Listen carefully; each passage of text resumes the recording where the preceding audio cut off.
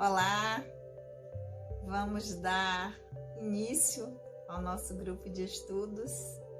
Vamos iniciar com a nossa prece. Querido e amigo Senhor Jesus, mais uma vez em pensamentos nos reunimos em Teu nome. Abençoa, querido Senhor, os nossos propósitos de aprendizado, que o Teu amor possa sempre encontrar eco em nossos corações, que assim seja. Olá, amigos, mais uma vez aqui juntos para darmos prosseguimento ao nosso estudo.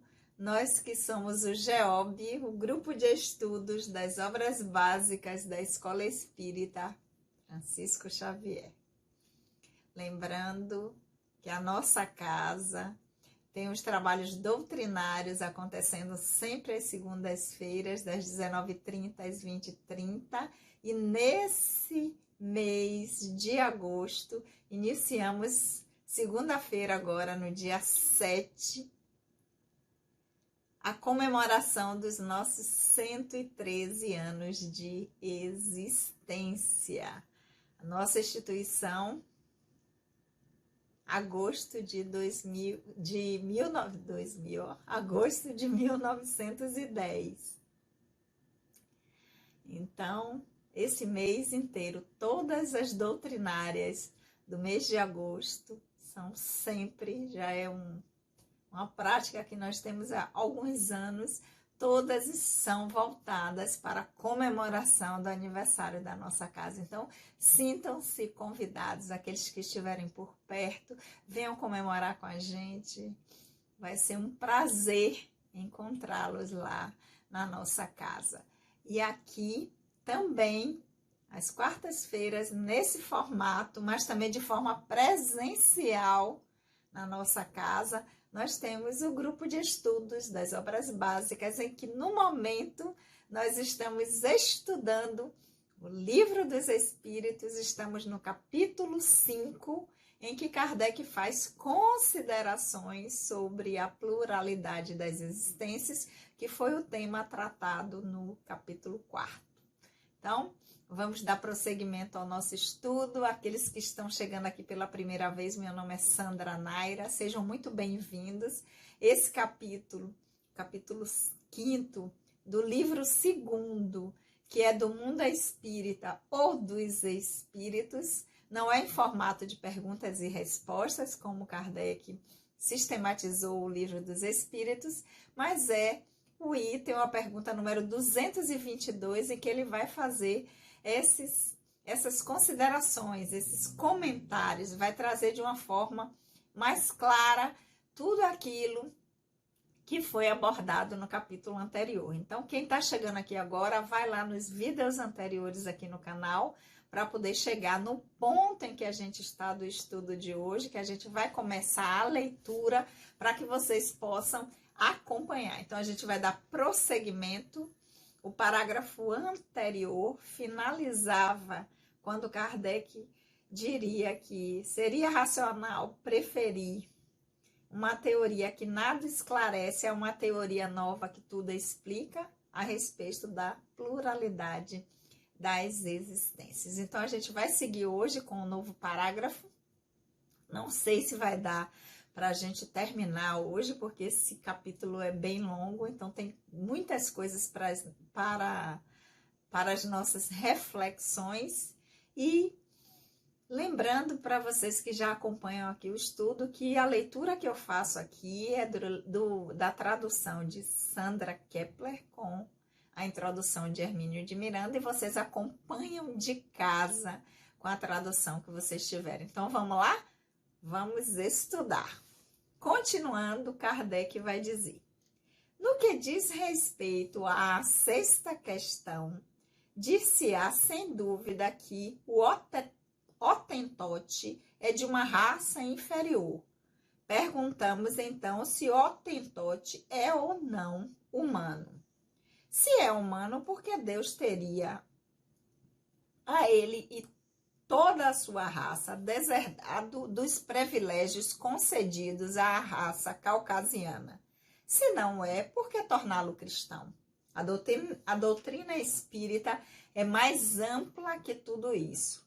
Para ela, não há muitas espécies de homens, mas apenas homens, seres humanos, cujos espíritos são portadores de maior ou menor evolução, mas sempre perfectíveis. Isso não está mais em conformidade com a justiça de Deus?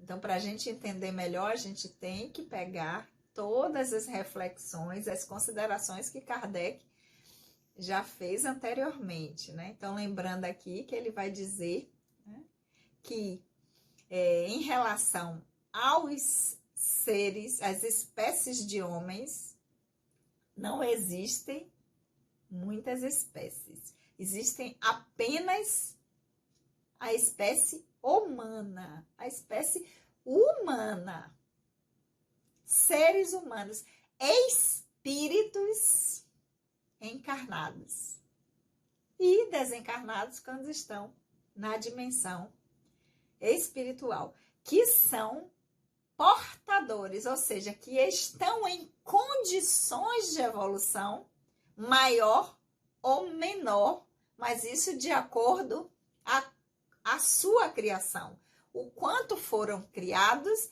o quanto já viveram de experiências e o quanto aproveitaram ou não essas experiências. Por isso que ele diz, portadores de maior ou menor evolução podem estar mais ou menos evoluídos, mas sempre perfectíveis, mas sempre com o potencial de atingir a perfeição possível e cabível ao espírito.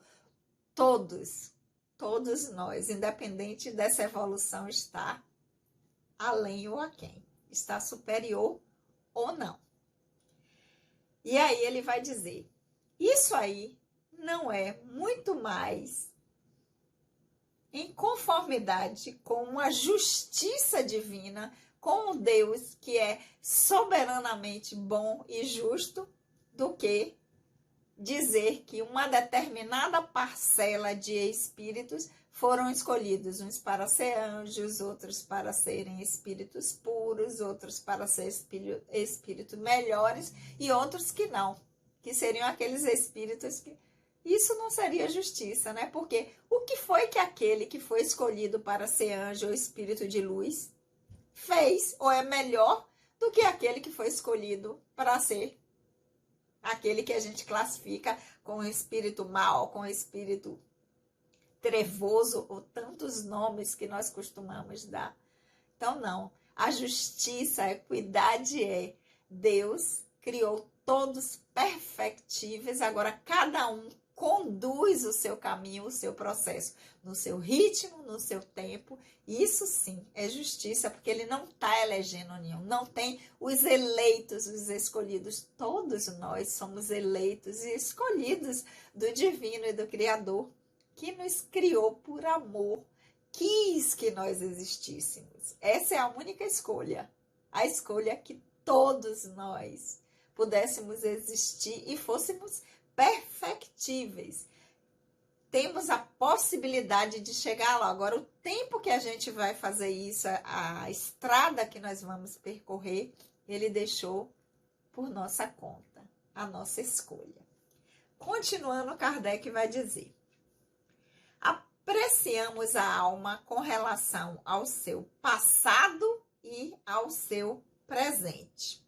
Se a considerarmos com vista ao seu futuro, encontraremos as mesmas dificuldades.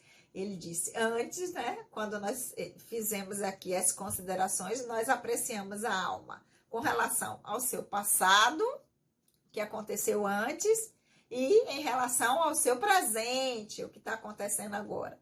Aí ele diz, mas se a gente fizer diferente e considerarmos com vistas ao seu futuro, ele vai dizer, vamos encontrar as mesmas dificuldades que não justificam a teoria de que não existe pluralidade das existências.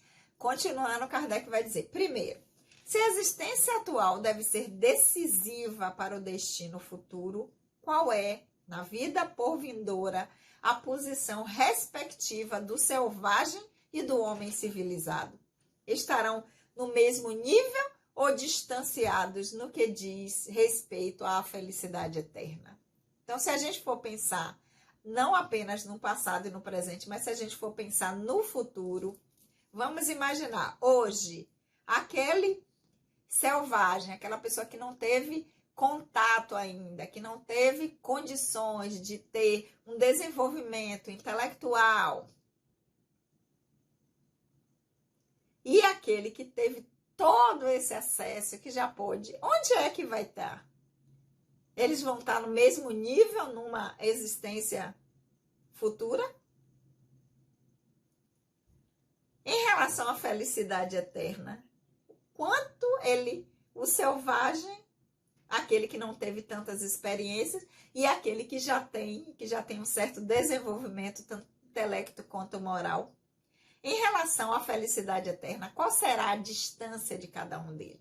Um questionamento de Kardec. Segundo questionamento, o homem que trabalhou por toda a vida para tornar-se melhor estará no mesmo plano daquele que permaneceu inferior, não por opção deliberada, mas porque não teve o tempo nem a possibilidade de melhorar? Aquela pessoa que trabalhou a vida toda para poder conseguir fazer tudo bem, ele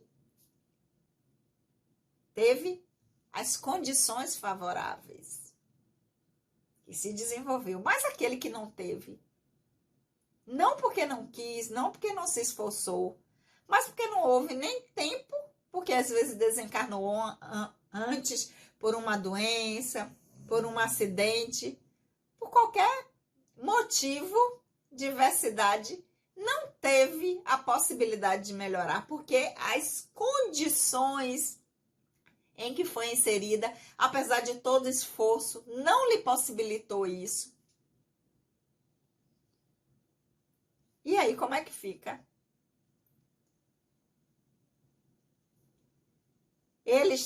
Os dois estarão no mesmo plano? Estarão iguais? Terceira questão. O homem cuja existência prevalente no mal, por não ter podido esclarecer-se, é culpado pelo estado de coisas que dele em nada dependeu? Aquela pessoa que ainda permanece em fazer escolhas equivocadas, porque não teve condições de ter a orientação necessária, o auxílio, o exemplo, condições que lhe favorecessem modificar, fazer escolhas melhores. Ele vai ser culpado eternamente, vai queimar para sempre no mármore do inferno por coisas que ele, embora ele quisesse até tentar fazer diferente, ele não pôde. Em nada dele dependeu essa situação. É justo isso? Número 4. Trabalha-se para esclarecer os homens, para moralizá-los e civilizá-los. Mas, para cada um que se esclarece, há milhões que morrem a cada dia antes que a luz os alcance. Qual é o destino destes? Serão tratados como réprobos? Caso contrário, o que fizeram para merecer estar no mesmo patamar que os outros? E tantas milhões de pessoas que desencarnam aí, sem terem tido condições de ter oportunidade de melhorar, de fazer escolhas melhores, de ter o conhecimento daquilo que é adequado para si e para o outro. Desencarnaram antes, ou por uma calamidade, por uma enchente, uma inundação. E aí, como é que ficam essas pessoas que não tiveram tempo nem condições até de dizer assim, vou escolher melhorar?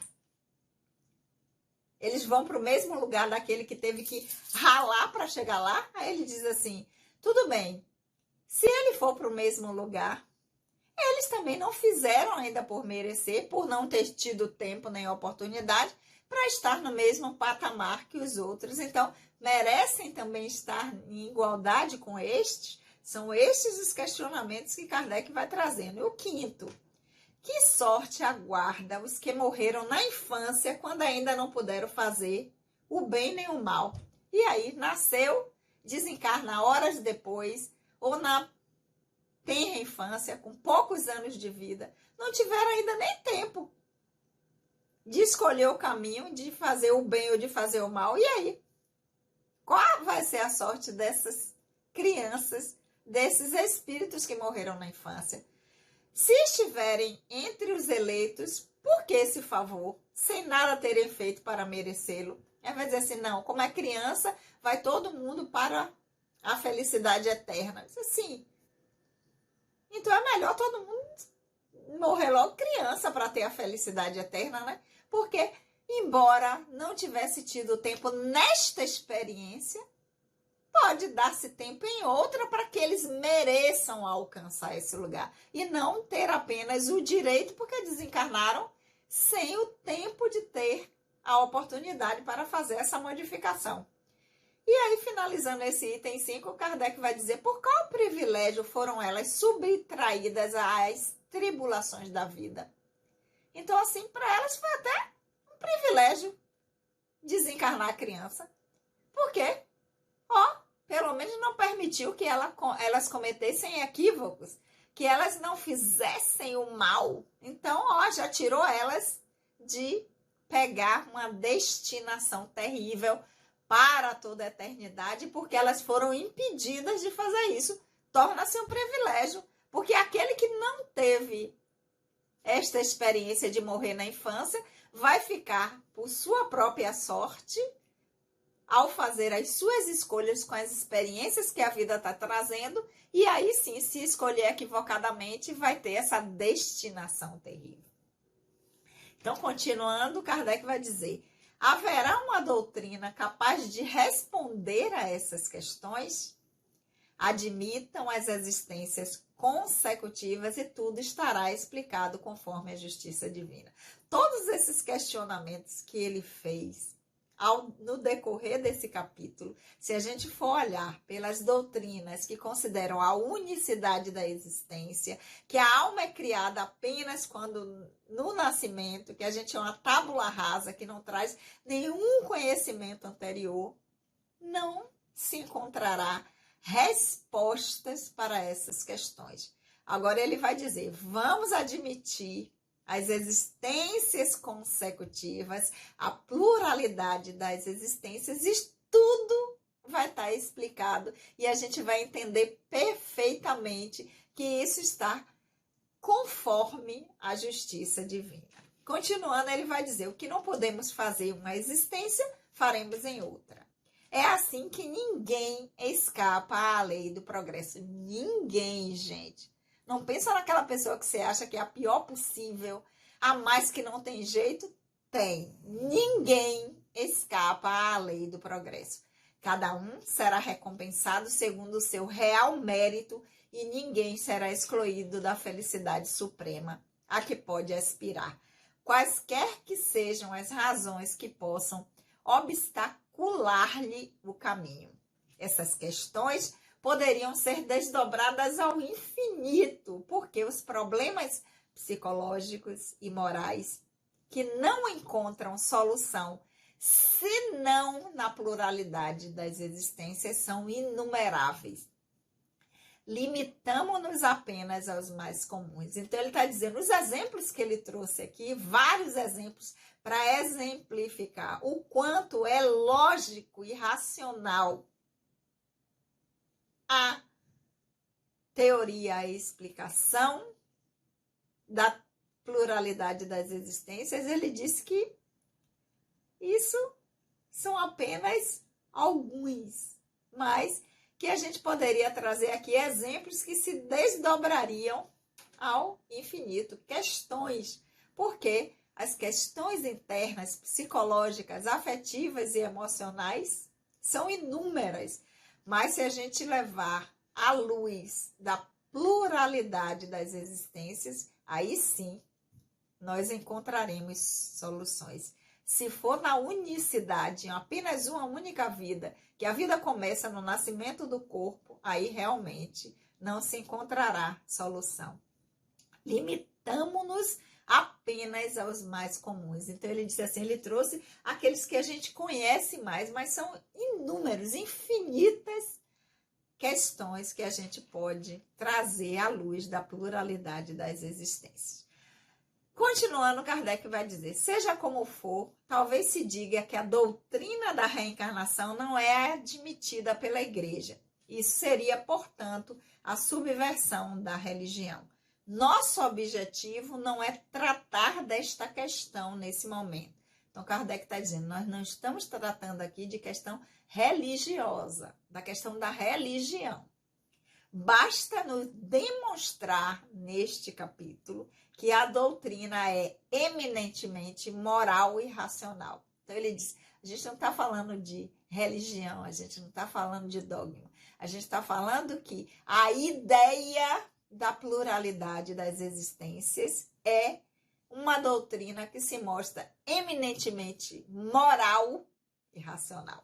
Ora, o que é moral e racional não pode ser contrário a uma religião que proclame Deus como a bondade e a razão por excelência. O que teria acontecido à religião se, contra a opinião universal e o testemunho da ciência, tivesse resistido aos fatos e rejeitado qualquer um que não acreditasse no movimento do Sol ou nos 6 dias da criação? Que mérito e que autoridade teria entre os povos esclarecidos uma religião fundada sobre erros manifestos, dados como artigos de fé? Quando a evidência foi demonstrada, a Igreja sabiamente alinhou-se ao seu lado. E a gente tem visto isso até hoje, né? O quanto se procura fazer isso.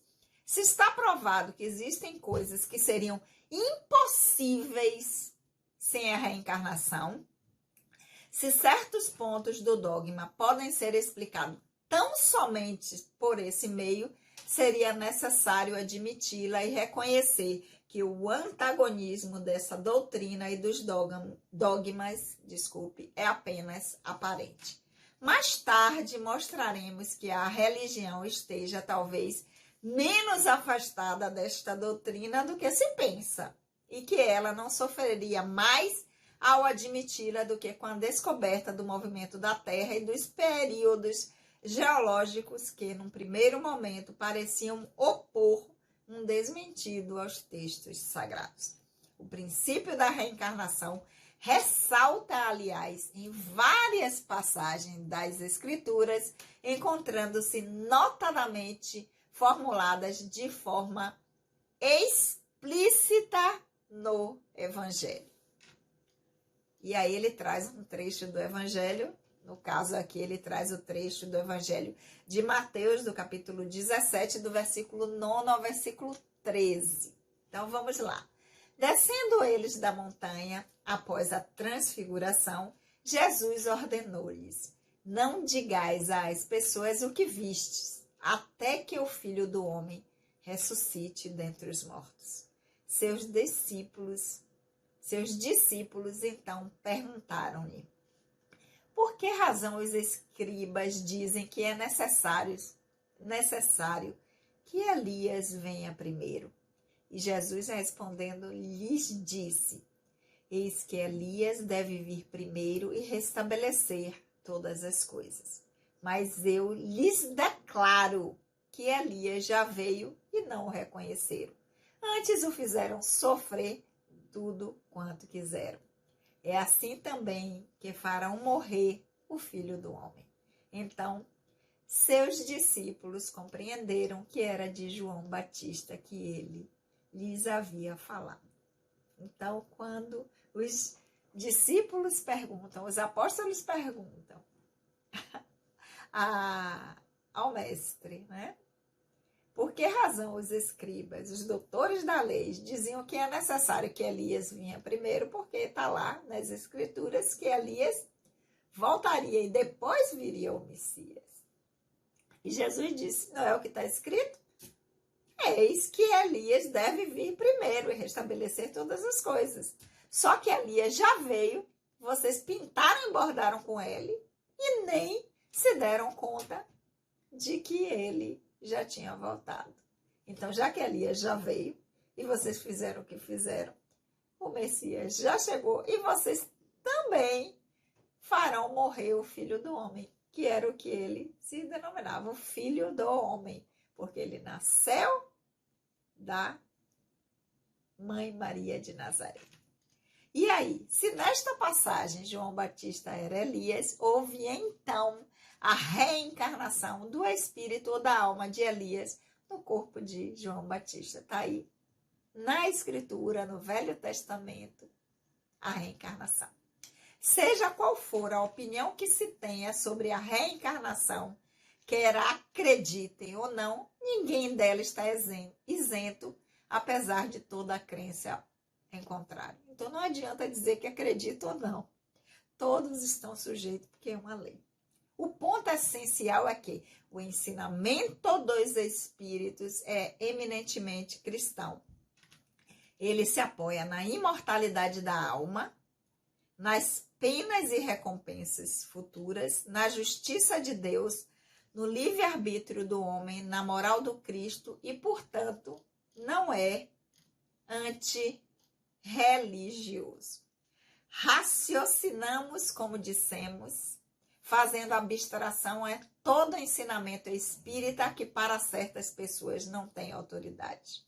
Então ele vai dizer, vamos raciocinar como se não fossem os espíritos que tivessem dito isso, como se não fossem os espíritos que tivessem falando sobre reencarnação. Se, como tantos outros, adotássemos a opinião da pluralidade das existências, não é somente porque ela nos veio dos espíritos, mas porque nos parece a mais lógica e a única que resolve as questões até então insolúveis. Então, assim, esquece que foi os espíritos ou foi o espiritismo que trouxe e trate cada uma dessas questões à luz da lógica e da razão. Você vai concordar sem estar concordando com o que foi que os espíritos disseram. Que ela nos viesse de um simples mortal e a adotaríamos da mesma forma, não hesitando em renunciar aos nossos próprios conceitos. No momento em que um erro é demonstrado, o amor próprio tem mais a perder que a ganhar ao se agarrar a uma ideia falsa.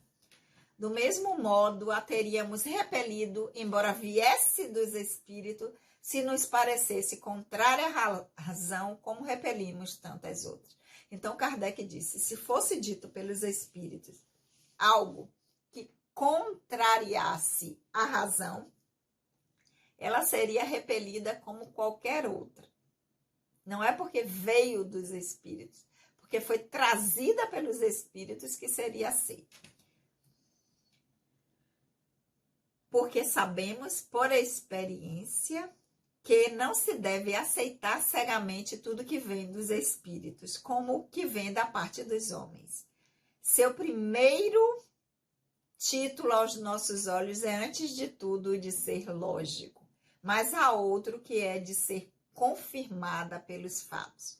Fatos positivos e, por assim dizer, concretos, que um estudo atento e racional pode revelar a quem se deu o trabalho de observá-los com paciência e perseverança, e diante dos quais a dúvida não é mais possível. Quando esses fatos se popularizarem, como ocorreu com os da formação e os do movimento da Terra, será necessário render-se às evidências e os opositores terão gasto em vão os seus argumentos contrários. Sintetizando todo esse capítulo 5º, reconheçamos que a doutrina da pluralidade das existências é a única a explicar aquilo que, sem ela, é inexplicável, que é eminentemente consoladora e conforme à justiça mais rigorosa, sendo para o homem a tábua de salvação que Deus lhe concedeu em sua misericórdia. As próprias palavras de Jesus não podem deixar dúvida a respeito. Eis o que se lê em João, capítulo 3, versículo de 3 a 7. Jesus, respondendo a Nicodemos, diz: Em verdade te digo, que se um homem não nascer de novo, não pode ver o reino de Deus.